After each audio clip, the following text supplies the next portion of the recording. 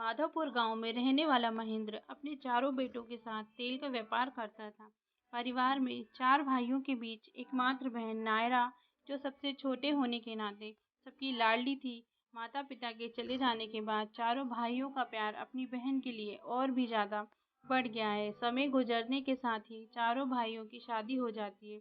शुरू शुरू में तो चारों भाभियां नायरा को बहुत मानती थी, परंतु भाई बहन में इतना प्यार उन्हें ज्यादा दिन देखा नहीं गया। परिणाम स्वरूप चारों भाभियों के बर्ताव में धीरे धीरे अंतर आ गया। एक दिन चारों भाइयों को कच्चा माल लाने शहर जाना पड़ता है। जाते जाते वे हर बार की तरह इस बार भी अपनी पत्नियों से नायरा का ख्याल रखने के लिए कह जाते हैं।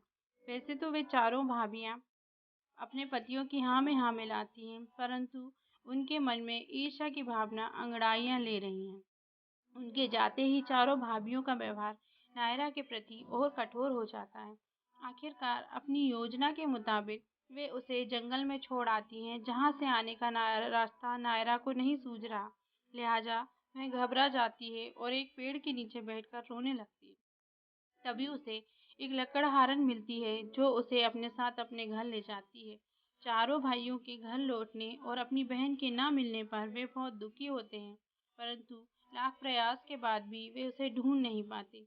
एक दिन जब वे उसी जंगल के रास्ते शहर जा रहे थे, तो लकड़ियां बीन रही कुछ औरतों के बीच उन्हें अपनी बहन नायरा दिखाई देती है। अपने भाइयों को सामने पाकर नायरा खुद को रोक नहीं पाती।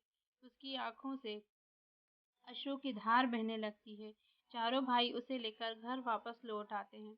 नायरा को उनके भाइयों के साथ देखकर चारों भाभियों की रूह कांप जाती है, परंतु अपनी चालाकी एक बार फिर दिखाते हुए वे पूरा घटना से अनजान बनते हुए नायरा से पूछती हैं, तुम कहाँ चली गई थी और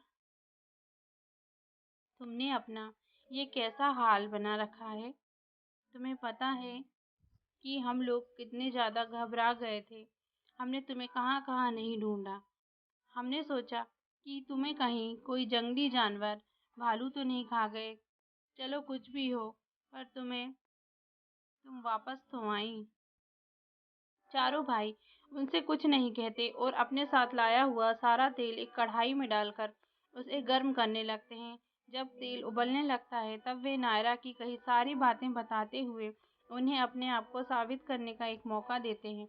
वे कहते हैं, उबलते तेल से भरी कढ़ाई में उतरने को उन्हें कहते हैं। उनके हिसाब से यदि उन्होंने कुछ नहीं किया होगा, अन्यथा वे उसमें कुछ नहीं किया होगा तो उन्हें कुछ नहीं होगा, अन्यथा वे उसी तेल में जलकर खाक हो जाएंगी। चारों भाभियों की रूह कांप जाती है और वे अपने गुनाहों को स्वीकार कर लेती हैं। बहन की कहानी से दोस्तों हमें यही शिक्षा मिलती है कि ईर्ष्या में हमेशा अपना ही नुकसान होता है, इसलिए हमें कभी किसी से ईर्ष्या नहीं करना चाहिए। झूठ ज्यादा दिनों तक नहीं टिक सकता। सच सामने आने पर परिणाम बहुत ही बुरे होते हैं। धन्यवाद दोस्तों।